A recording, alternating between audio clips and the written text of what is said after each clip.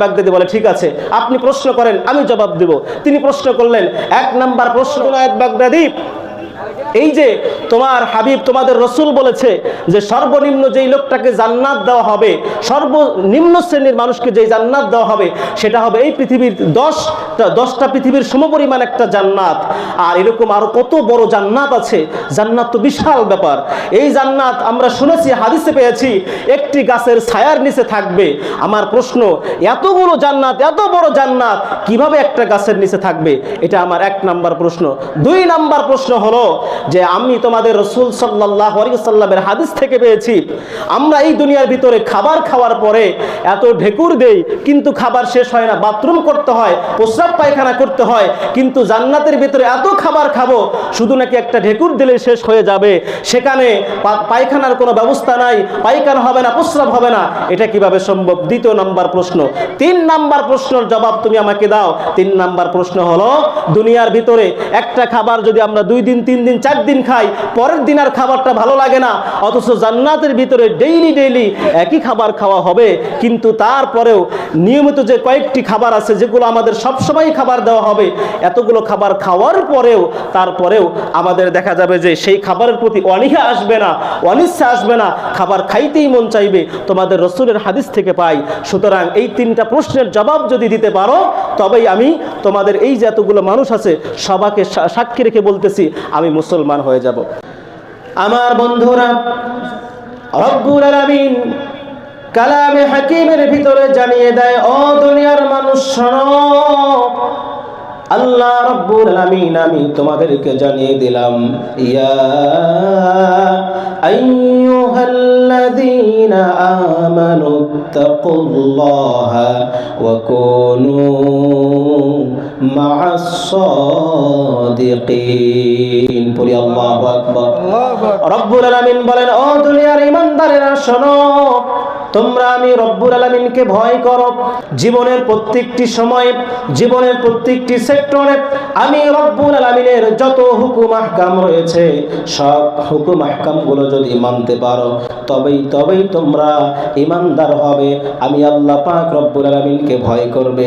এমন সমাজে মানুষ আছে যেই মানুষগুলো তারা বলে আমরা আল্লাহকে ভয় করি কিন্তু নামাজ পড়ে না, আবার তারা বলে আমরা আল্লাহকে ভয় করি কিন্তু রোজা রাখে না, আল্লাহকে ভয় করি কিন্তু হজ করে না। রব্বুল আলামিনকে ভয় করার অর্থ হলো এই, অবশ্যই আল্লাহর যত হুকুম আছে সবগুলো আপনাকে পালন করতে হবে, সবগুলো আপনাকে মানতে হবে। এই জন্য আল্লাহ পাক রব্বুল আলামিন বলেন, ও দুনিয়ার মানুষ তোমরা শোনো, রব্বে কারীম তোমাদেরকে যেই কাজগুলো দিয়েছে, যেই হুকুমগুলো দিয়েছে সেগুলো তোমাদেরকে অবশ্যই পালন করতে হবে। সম্মানিত হাজিরিন, যে কথা বলছিলাম, আল্লাহ পাক রব্বুল আলামিন ঈমানদারদের উদ্দেশ্যে বললেন এবং তারপরে আল্লাহ পাক রব্বুল আলামিন বলতেছেন, ওয়াকুনু মা'আস সাদিকিন, যারা আমার সাদিকিন বান্দা, সালিহিন বান্দা, ও দুনিয়ার মানুষ, ও ঈমানদারেরা, তোমরা সাদিকিন যারা বান্দা তাদের সাথী হয়ে যাও, তাদের সঙ্গী হয়ে যাও, তাদের সাথেই থাকো। বলি সুবহানাল্লাহ। আমার বন্ধুরা, সাদিকিন বান্দাদের সাথে কেন থাকবো? রব্বুল আলামিন কোরআনুল কারীমের ভিতরে জানিয়ে দিয়েছেন, আন'আমাল্লাহু আলাইহিম মিনান নাবিয়্যিনা ওয়াস-সিদ্দিকিন ওয়াশ-শুহাদা'i ওয়াস-সালিহিন। পড়ি আল্লাহু আকবার। রব্বুল আলামিন বলেন, ও দুনিয়ার মানুষ তোমরা শোনো, কেন তোমরা সাদিকিন সালিহিন বান্দাদের সাথে থাকবা জানো নাকি? কারণ আমি আল্লাহ তোমাদের কাছে, তোমাদের উদ্দেশ্যে জানিয়ে দিলাম, ঘোষণা করে দিলাম, আন'আমাল্লাহ, আমি রব্বুল আলামিনের যত নিয়ামত আছে, যত রহমত আছে, যত মাগফিরাত আছে, আন'আমাল্লাহু আলাইহিম, তোমাদের মধ্যে ওই সমস্ত মানুষদেরকে দেওয়া হয়েছে, মিনান নাবিয়্যিন ওয়াস-সিদ্দিকিন ওয়াশ-শুহাদা'i ওয়াস-সালিহিন।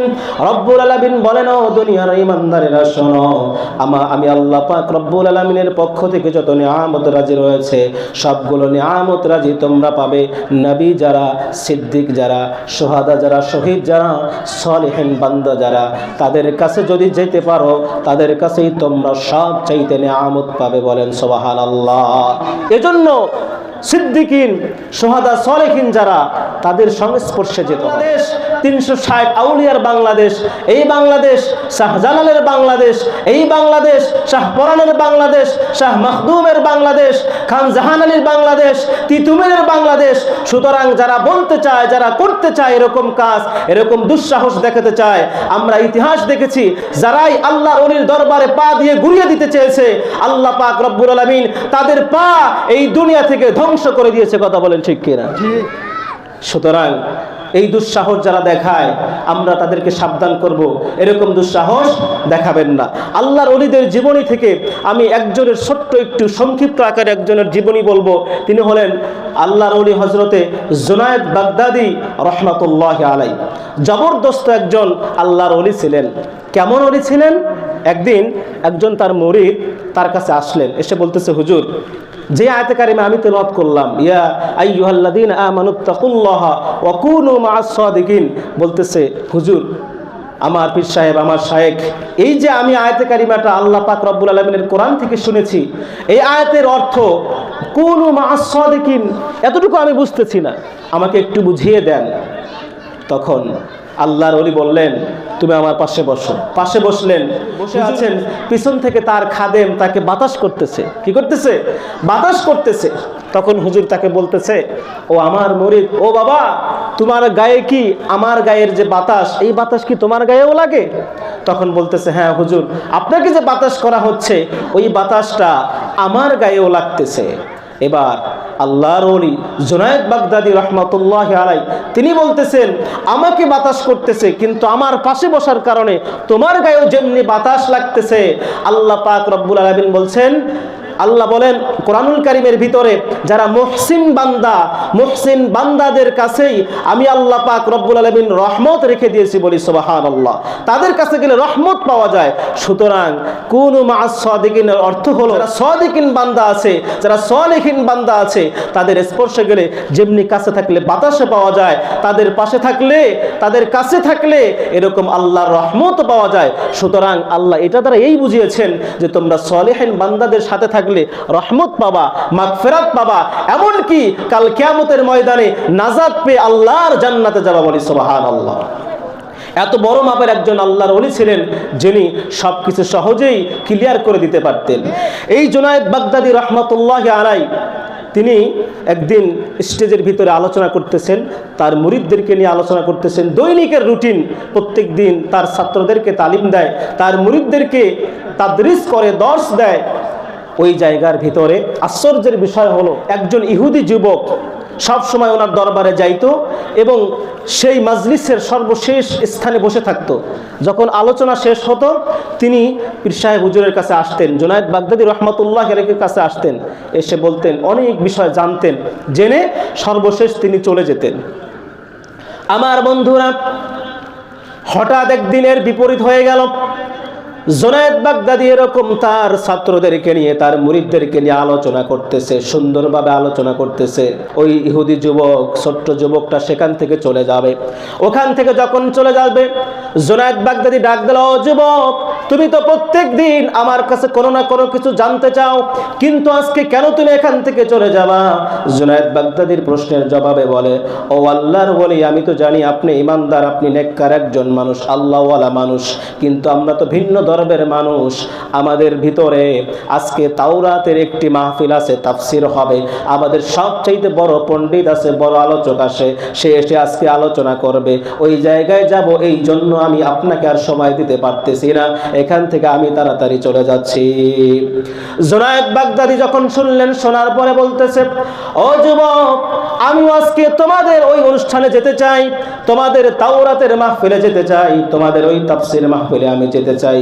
যুবক বলে, ও জুনায়েদ বাগদাদি, শোনেন, আমাদের ওই জায়গার ভিতরে কোনো মুসলিমকে অ্যালাউ করা হয় না, কোনো মুসলমানকে ঢুকতে দেওয়া হবে না, এমন করা আইন করা ঘোষণা করা হয়েছে। ওই জায়গার ভিতরে যদি কোনো মুসলমান ঢুকে পড়ে, তাকে হত্যা করতে হবে। জুনায়েদ বাগদাদি বলে, না না, যেভাবে হই আমি ওখানে প্রবেশ করব। যেই কথা সেই কাজ। জুনায়েদ বাগদাদি রহমাতুল্লাহি আলাইহি তিনি চলে গেলেন, কালো একটি চাদর পরলেন, কালো চাদর পরে সেই জায়গার ভিতরে তিনি প্রবেশ করলেন। প্রবেশ করে একটি কোণার ভিতরে চুপ করে বসে আছেন চাদর মুড়ি দিয়ে। ওই যে ইহুদি আলেম স্টেজে বসেছে কিন্তু কোনো আলোচনা করে না। সব মানুষ অবাক হয়ে তাকিয়ে আছে, কেন আলোচনা করে না? যখন তাদের আলেমকে বলা হলো, ও আমাদের বড় শায়েখ, ও তাওরাতের শায়েখ, আপনি কেন আলোচনা করতেছেন না?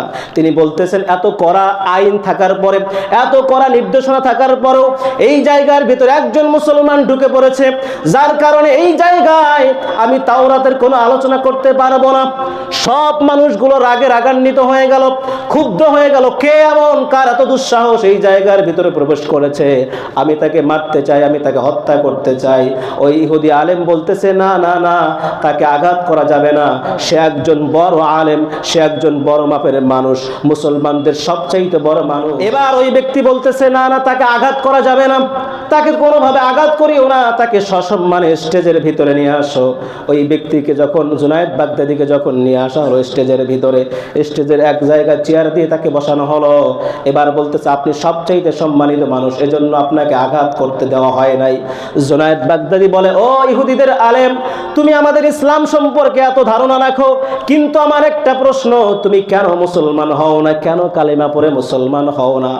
আশ্চর্যজনক যখন প্রশ্ন করেছে, ইহুদি আলেম বলতেছে, ও জুনায়েদ বাগদাদি, শোনো, আমার ভিতরে তিনটা প্রশ্ন জেগেছে।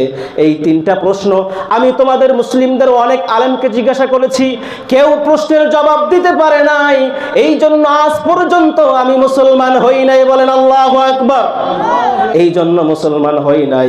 জুনায়েদ বাগদাদি বলতেছে, কি তোমার প্রশ্ন? আমি যদি তোমার উত্তরে দিতে পারি তবেই কি তুমি মুসলমান হবা নাকি? এবার ওই ইহুদি আলেম বলতেছে, হ্যাঁ, তুমি যদি প্রশ্নের জবাব দিতে পারো, তবে শর্ত হলো প্রশ্ন করব, কোরআন হাদিস থেকে দলিল দিতে পারবা না, যুক্তির আলোকে জবাব দিতে হবে। আল্লাহু আকবার বলেন। জুনায়েদ বাগদাদি বলে, ঠিক আছে, আপনি প্রশ্ন করেন, আমি জবাব দেব। তিনি প্রশ্ন করলেন, এক নাম্বার প্রশ্ন, জুনায়েদ বাগদাদি, এই যে তোমার হাবিব তোমাদের রসুল বলেছে যে সর্বনিম্ন যেই লোকটাকে জান্নাত দেওয়া হবে, সর্বনিম্ন শ্রেণীর মানুষকে যেই জান্নাত দেওয়া হবে, সেটা হবে এই পৃথিবীর 10টা পৃথিবীর সমপরিমাণ একটা জান্নাত। আর এরকম আরো কত বড় জান্নাত আছে, জান্নাত তো বিশাল ব্যাপার। এই জান্নাত আমরা শুনেছি, হাদিসে পেয়েছি, একটি গাছের ছায়ার নিচে থাকবে। আমার প্রশ্ন, এতগুলো জান্নাত, এত বড় জান্নাত কিভাবে একটা গাছের নিচে থাকবে? এটা আমার এক নাম্বার প্রশ্ন। 2 নাম্বার প্রশ্ন হলো যে আমি তোমাদের রাসূল সাল্লাল্লাহু আলাইহি ওয়াসাল্লামের হাদিস থেকে পেয়েছি, আমরা এই দুনিয়ার ভিতরে খাবার খাওয়ার পরে এত ঢেকুর দেই, কিন্তু খাবার শেষ হয় না, বাথরুম করতে হয়, প্রস্রাব পায়খানা করতে হয়, কিন্তু জান্নাতের ভিতরে এত খাবার খাবো, শুধু নাকি একটা ঢেকুর দিলে শেষ হয়ে যাবে, সেখানে পায়খানার কোনো ব্যবস্থা নাই, পায়খানা হবে না, প্রস্রাব হবে না, এটা কিভাবে সম্ভব? 2 নাম্বার প্রশ্ন। 3 নাম্বার প্রশ্নের জবাব তুমি আমাকে দাও। 3 নাম্বার প্রশ্ন হলো, দুনিয়ার ভিতরে একটা খাবার যদি আমরা 2 দিন 3 দিন 4 দিন খাই, পরের দিন আর খাবারটা ভালো লাগে না, অথচ জান্নাতের ভিতরে ডেইলি একই খাবার খাওয়া হবে, কিন্তু তারপরেও নিয়মিত যে কয়েকটি খাবার আছে যেগুলো আমাদের সবসময় খাবার দেওয়া হবে, এতগুলো খাবার খাওয়ার পরেও তারপরেও আমাদের দেখা যাবে যে সেই খাবারের প্রতি অনীহা আসবে না, অনিচ্ছা আসবে না, খাবার খাইতেই মন চাইবে। তোমাদের রাসূলের হাদিস থেকে পাই। সুতরাং এই 3টা প্রশ্নের জবাব যদি দিতে পারো, তবেই আমি তোমাদের এই যে এতগুলো মানুষ আছে সবাইকে সাক্ষী রেখে বলতেছি, আমি মুসলমান হয়ে যাব। সম্মানিত হাজিরিন, প্রশ্নের উত্তর দিতে গেলে এখন অনেক সময় লাগবে। প্রশ্নের উত্তর আবার অনেকে মনে করে হুজুর কি জানে কিনা, অবশ্যই জানা আছে, কিন্তু হুজুর এসেছে, হুজুরকে মোটামুটি প্রায় 10 মিনিট বসায় রাখছি। আল্লাহ পাক রব্বুল আলামিন আমাদের যদি অন্য কোনো দিন সময় সুযোগ করে দেয়, আমরা জুনায়েদ বাগদাদি রহমাতুল্লাহি আলাইহিকে যে 3টা প্রশ্ন করেছে, সেই 3টা প্রশ্নের উত্তর আমরা শুনবো ইনশাআল্লাহ।